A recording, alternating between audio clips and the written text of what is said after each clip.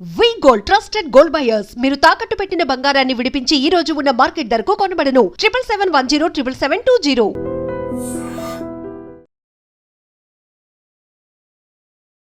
Welcome to iDream media. So sciatica ఇబ్బంది పెడుతూ ఉంటుంది.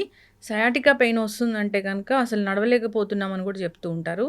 ఎందుకు ఈ ప్రాబ్లం అంతలా వేధిస్తూ ఉంటుంది, రాకుండా జాగ్రత్తలు ఏం తీసుకోవాలి, వస్తే దీన్ని ఎలా తగ్గించుకోవచ్చు, ఫిజియోథెరపీ దీని గురించి ఏం చెప్తుంది, వివరాలు తెలుసుకుందాం. మనతో పాటు ప్రముఖ ఫిజియోథెరపిస్ట్ భానుపూర్ణిమ గారు ఉన్నారు.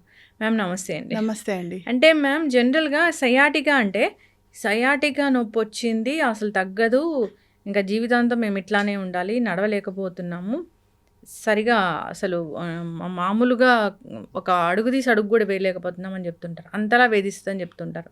ఈ ప్రాబ్లం అసలు ఎట్లా చెప్తారు? షయాటికా అంటే షయాటిక్ నర్వ్.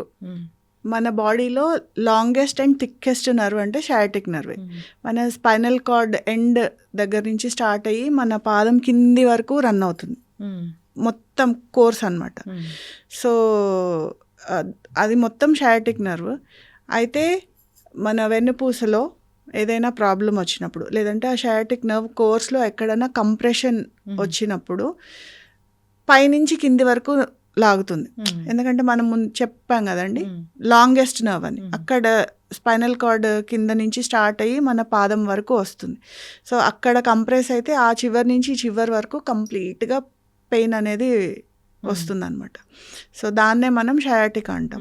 సో దీనికి రకరకాల కారణాలు ఉండొచ్చు. సో బేసిక్గా కంప్రెస్ అవుతే మనకి పెయిన్ వస్తుంది. ఆ కంప్రెషన్కి రీజన్ ఏంటి అనేది చూసుకోవాలి. చాలా కామన్గా మనం చూసేది డిస్క్ ప్రాబ్లమ్స్. లంబార్ వర్టిబ్రే ఉంటాయి, అంటే వెన్నుపూస ఎముకలు మధ్యలో ఎక్కడి నుంచి అయినా డిస్క్ అనేది బయటకు వచ్చినప్పుడు ఈ షయాటిక్ నర్వ్ని కంప్రెస్ చేస్తుంది. సో అలాంటప్పుడు మనకి ఈ సమస్య అనేది వేధిస్తుంటుంది. సో ఈ షయాటికాకి డిస్క్ ప్రాబ్లం ఒక్కటే కాదు, రకరకాల కారణాలు ఉండొచ్చు. సే ఫర్ ఎగ్జాంపుల్ ఏదైనా ట్యూమర్స్ లాంటివి ఫామ్ అవ్వడము, అలా ఉంటే కూడా రావచ్చు. లేదా ఫిజికల్ కారణాలు మనం అస్సలు గ్రహించము. అబ్బాయిలు సాధారణంగా వ్యాలెట్ అనేది బ్యాక్ పాకెట్లో పెట్టుకుంటారు. సో ఆ బ్యాక్ పాకెట్ పెట్టుకొని కూర్చున్నప్పుడు, డ్రైవింగ్ చేసేటప్పుడు అది కంప్రెస్ అయ్యి కూడా మనకి షయాటికా పెయిన్ అనేది రావచ్చు. అట్లా ఈజీగా వస్తుంది అది, ఎందుకంటే సూపర్ఫిషియల్గా రన్ అవుతుంది కాబట్టి. సో అందుకని వస్తుంది. సో ఇలాంటివి కూడా, అంటే ఫస్ట్ మనం షయాటికా అనగానే కోర్స్లో ఎక్కడో మనకి దానికి కారణం ఏంటి అనేది మనం కనుక్కొని దానికి కరెక్ట్గా ట్రీట్మెంట్ అనేది తీసుకుంటే దీంతో లైఫ్ లాంగ్ బాధపడాల్సిన అవసరం ఏం లేదు. సో మీరు అన్నట్టు చాలా మందికి అపోహ ఉంటుంది, ఒక్కసారి షయాటికా పెయిన్ కనుక వచ్చిందంటే ఇంకా దీనికి అసలు వైద్యం అనేది లేదు, దీంతో కంపల్సరీ సఫర్ అవ్వాల్సిందే అని. అలా ఏం అనుకోవాల్సిన అవసరం లేదండి. సో దీనికి కారణం ఏంటనేది మనం తెలుసుకొని జాగ్రత్తలు అనేవి తీసుకుంటే దీని నుంచి చాలా ఈజీగా బయటపడవచ్చు. అంటే ఈ సయాటికా వచ్చిందంటే ఆ నర్వ్ కంప్రెస్ అవుతూ ఉంటుంది, ఏదో బోన్కి తగిలి, దానివల్ల అసలు ఆ నొప్పి భరించలేనిదిగా ఉంటుందని చెప్తూ ఉంటారు. సో అట్లా ఉంటుందా? నిజంగానే భరించలేకుండా ఉంటుందండి. అయితే నొప్పితో పాటు జర పాకినట్టు ఉండడం, సో ఏదో చీమలు పాకినట్టు ఉండడం, లేకపోతే కరెంట్ షాక్ కొట్టినట్టు ఉండటము, లేదంటే తిమ్మిర్లు రావడము, లేదా వీక్నెస్. సో పాదము మనం ఏచి నడిచేటప్పుడు ఇలా సడన్గా ఇలా పడిపోతూ ఉండడము. సో ఇలాంటివి కూడా మనం గమనిస్తాం. తిమ్మిరి కూడా వస్తుంది. తిమ్మిరి అనేది అసలు ఒక పెద్ద సబ్జెక్ట్. కాలు తిమ్మురు, చేయి తిమ్ముర్లు అవి జనరల్గా, అంటే మనం మామూలు కింద కూర్చున్నప్పుడు తిమ్మిర్లు వస్తాయి, అదంతా ఓకే. కానీ నార్మల్గా కూడా చాలా మంది తిమ్మిర్లు వేధిస్తూ ఉంటాయి, చాలా క్రానిక్గా ఉంటాయి. అదేంటి అసలు? ఈ తిమ్మిర్లు వేధించడం అనేది ఇప్పుడు మనం చెప్పుకున్నాం కదండి, ఎక్కడైనా నర్వ్ కంప్రెస్ అయితే దానివల్ల తిమ్మిరి రావచ్చు. సో తిమ్మిరి వచ్చినప్పుడు ఏమవుతుందంటే స్పర్శ అనేది కోల్పోతూ ఉంటాం. సో అలాగే రకరకాలుగా ఇప్పుడు వాస్కులర్ ప్రాబ్లమ్స్, అంటే రక్త ప్రసరణ అనేది సరిగ్గా జరగకపోయినా కూడా తిమ్మిర్లు వచ్చే అవకాశం ఉంటుంది.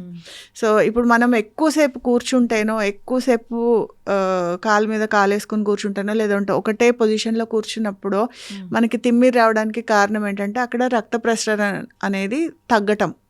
సో ఏదన్నా ఒక కంటిన్యూస్గా ఒక పొజిషన్లో ఉన్నప్పుడు దాని మీద ఒత్తిడి అనేది పడినప్పుడు ఆ పర్టికులర్ మజిల్స్ అన్నిటికి సప్లై అవ్వక తిమ్మిరి అనేది వస్తుంది. సో ఇది మనం సాధారణంగా తిమ్మిర్లు అనేది మాట్లాడుకునే సమస్య.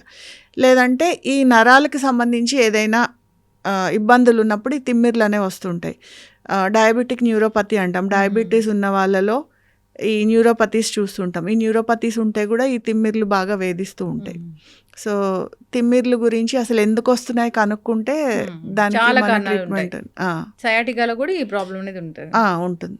సయాటికా వచ్చిన వాళ్ళు ఏదైనా సర్జరీ కోసం కూడా వెళ్తారు. సర్జరీ చేయించుకున్నా కానీ మళ్ళీ ప్రాబ్లం మళ్ళీ తిరిగి వస్తుందని చెప్తూ ఉంటారు. అంటే ఇప్పుడు సర్జరీ ఆప్షన్స్ ఇప్పుడు అంటే స్పైన్ సర్జరీ అంటే ఒకప్పుడు చాలా అపోహలు, చాలా భయాలు ఉండేవి. అంటే ఓపెన్గా చేయాల్సి వచ్చేది. అంటే ఏమాత్రం సర్జరీ టైంలో ఏమాత్రము తేడా వచ్చినా కంప్లీట్గా పారాలిసిస్ అయ్యే ఛాన్స్ ఉండేది. కాకపోతే ఇప్పుడు చాలా సర్జరీలో అడ్వాన్స్మెంట్స్ వచ్చాయి. సో అంత రిస్కీగా ఏమీ లేదు. సో చాలామంది సర్జరీకి కూడా వెళ్ళిపోతున్నారు. సర్జరీకి అంటే కంపల్సరీ ఎప్పుడైతే మనకి ఫుడ్ డ్రాప్ అంటాం, అంటే పాదము అస్సలు ఏమంటారు లేవని పరిస్థితి, అంటే మనం నడుస్తుంటే పాదం ఎప్పుడైతే కిందికి పడిపోతుంది, మజిల్లో బాగా విపరీతమైన వీక్నెస్ ఉంది, అలాంటి పరిస్థితి వచ్చినప్పుడు సర్జరీ తప్పనిసరి అవుతుంది. కానీ అలాంటి పరిస్థితి లేదు అన్నప్పుడు మనము సర్జరీకి వెళ్ళకుండా కన్జర్వేటివ్గా కూడా మనం మేనేజ్ చేసే పరిస్థితి ఉంది. మనకి ఫిజియోథెరపీలో చక్కటి ట్రీట్మెంట్ ఆప్షన్స్ ఉన్నాయి. సో సర్జరీ ఒకవేళ డాక్టర్ సజెస్ట్ చేసినప్పుడు మనం ఈ కన్జర్వేటివ్ మెథడ్స్ అనేవి ట్రై చేయొచ్చు.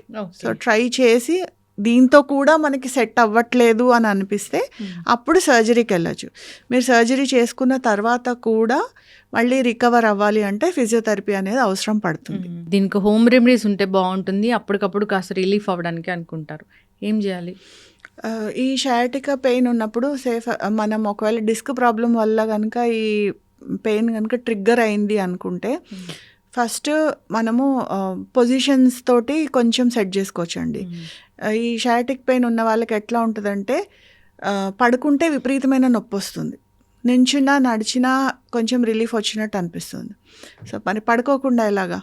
సో అలాంటప్పుడు ఏంటంటే మన వెన్నుపూస మీద ప్రెషర్ పడకుండా స్లీపింగ్ పొజిషన్ అనేది అట్లా ఉంటుంది. ఎలా అంటే మనం పడుకున్నాక థైస్ కింద హైట్లో పిల్లోస్ పెట్టుకోవడం. సో థైస్ కింద హైట్లో పిల్లోస్ పెట్టుకుంటే ఏంటంటే మన వెన్నుపూస మీద ప్రెషర్ అనేది రిలీవ్ అవుతుంది. సో మన కాళ్ళు ఇట్లా 90 degreesలో ఉంటాయి. సో ఆ పొజిషన్ ఏంటంటే ఇమీడియట్గా రిలీఫ్ వస్తుంది. దాని తర్వాత యాంకిల్ మూమెంట్, ఇట్లా పాదము పైకి కిందికి ఇట్లా ఆడిస్తూ ఉంటే కూడా ఈ పెయిన్ నుంచి రిలీఫ్ వస్తుంది. సో ఒకవేళ మీకు చాలా ఎక్కువ పెయిన్ ఉంది, చాలా సివియర్గా ఉంది అన్నప్పుడు సో ఈ పొజిషన్లోకి వెళ్ళిపోయి ఇట్లా యాంకిల్ మూమెంట్ చేస్తూ ఉంటే కొంత ఉపశమనం వస్తుంది దీంతో. సో అప్పటికప్పుడు మనకి రిలీఫ్ కావాలంటే. సో దాని తర్వాత దానికి కారణాలు ఏంటనేది చూసుకొని మనము ఈ ట్రీట్మెంట్ అనేది తీసుకోవాలి. తర్వాత బేసిక్గా ఈ ప్రాబ్లమ్స్ అన్నిటికీ మన వీక్ మస్కులేచర్ మజిల్స్ ఎప్పుడైతే వీక్గా ఉంటాయో సో ప్రాపర్గా వర్టిబ్రేని హోల్డ్ చేయలేకపోవడము, డిస్క్లు బయటకు రావడము, లేకపోతే కంప్రెషన్ అవటం వస్తున్నప్పుడు ఈ మజిల్స్ని స్ట్రెంగ్తెన్ చేసుకునే ఎక్సర్సైజెస్ ఉంటాయి. సో దాంతోపాటు ఈ నర్వ్ అనేది స్ట్రెచ్ చేయడానికి కొన్ని సింపుల్ ఎక్సర్సైజెస్ ఉంటాయి. సో అవి కూడా చేసుకుంటే కూడా మీకు ఇంట్లో ఇమీడియట్గా రిలీఫ్ అనేది వస్తుంది. ఓకే. సో వీళ్ళకి వాకింగ్ అసలు చెయ్యాలా వద్దా? వాకింగ్ కంపల్సరీ చేయాల్సిందేనండి. కాకపోతే వాకింగ్ మన పోస్చర్ అనేది చాలా కరెక్ట్గా చేసుకోవాలి. సో మీరు వాకింగ్ అనేది మీరు కరెక్ట్ టాపిక్ తీసుకొచ్చారు.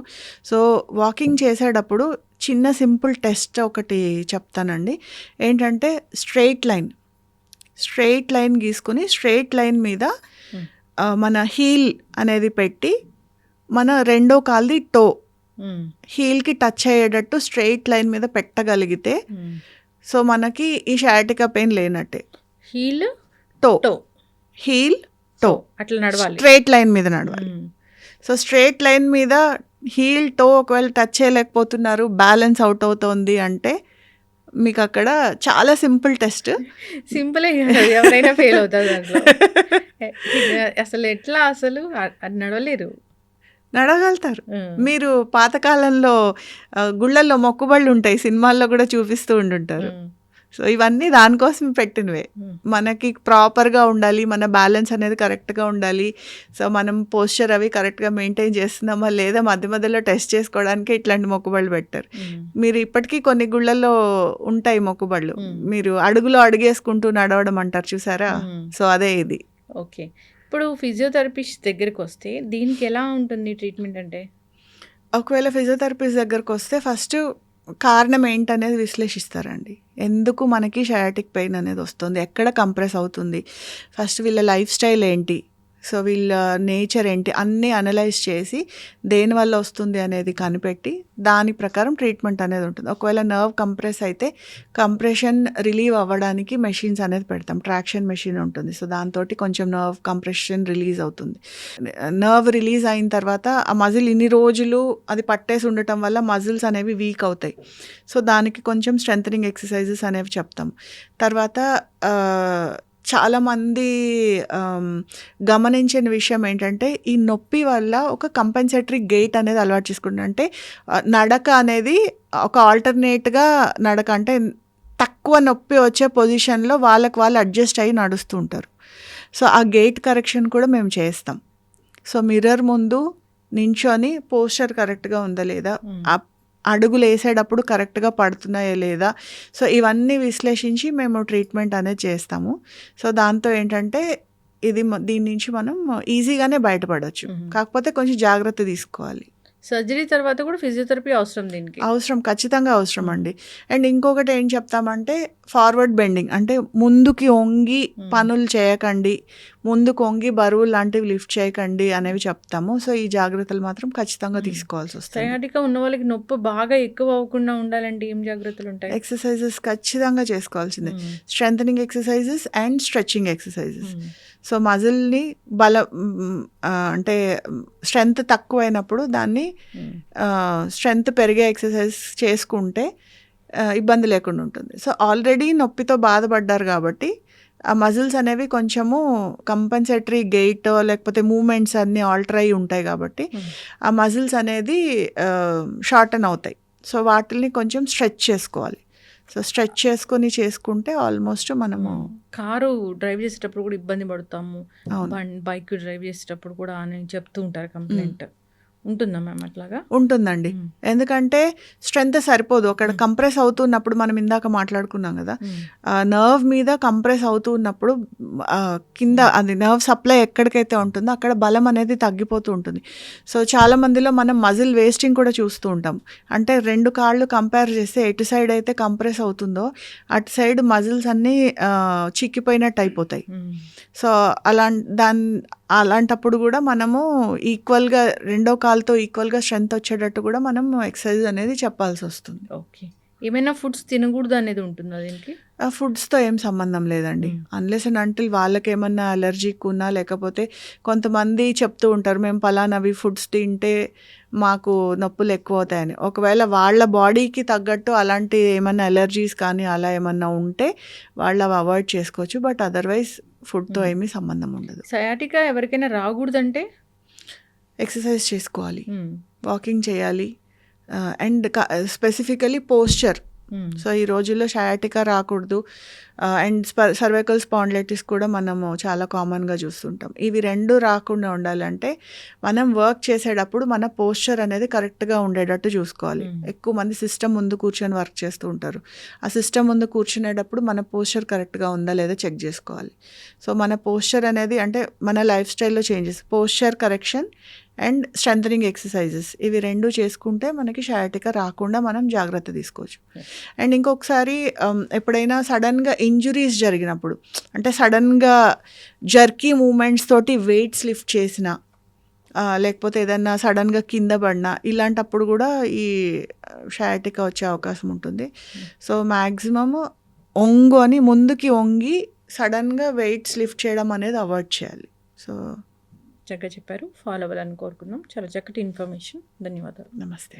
And for more videos, please subscribe to iDream. Please subscribe to iDream. Please subscribe iDream. And please subscribe to iDream. For more videos, subscribe to iDream. Please like, share and subscribe to the channel. Congratulations, iDream. Subscribe to iDream. Subscribe to iDream. So subscribe to iDream Media. iDream team అందరికి huge congratulations. Please subscribe iDream Media. Please subscribe to iDream. Subscribe iDream. Please subscribe to iDream. iDream అంటే నా కళల ఛానల్ను subscribe చేసుకున్న నోరు తిరుగుతలేదు, మీరైతే గంట గుర్తు కొట్టండి. For more such videos, please subscribe to iDream. Subscribe to iDream. Please subscribe to iDream. Please subscribe iDream Media. Please do subscribe to iDream. Please subscribe to iDream Media. For best entertainment and information, please subscribe iDream. And don't forget to subscribe to iDream.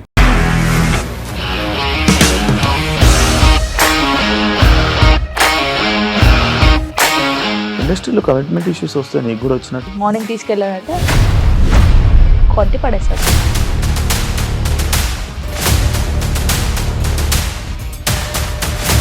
ఒక్కళ్ళు కూడా చూడలేదు ఈ cinema అని చెప్పడానికి కూడా చాలా ధైర్యం కావాలి. అది నిజం కదా, దాంట్లో ధైర్యం ఏంటి? ఇది నెక్స్ట్ డే ప్లేట్ మార్చేస్తే తప్పు కదా. As of now, we are comfortable this అని నేను అనుకుంటున్నాను. రష్మిక గారిది మీది ఒకే ఊరు అంట కదా. నీకు కోపం వచ్చిందంటే బాగా తిట్టేత్తరా? తిట్టేద్దామండి. నిజంగా గేమ్ ని ఎలా చేంజ్ చేయగలిగారు? ఏపీఎస్ఎఫ్సి వాళ్ళకి 6 నెలల్లో నేను 6 లక్షలు కట్టా. బిజినెస్ చేయాలనుకుంటే it is as difficult as riding a tiger.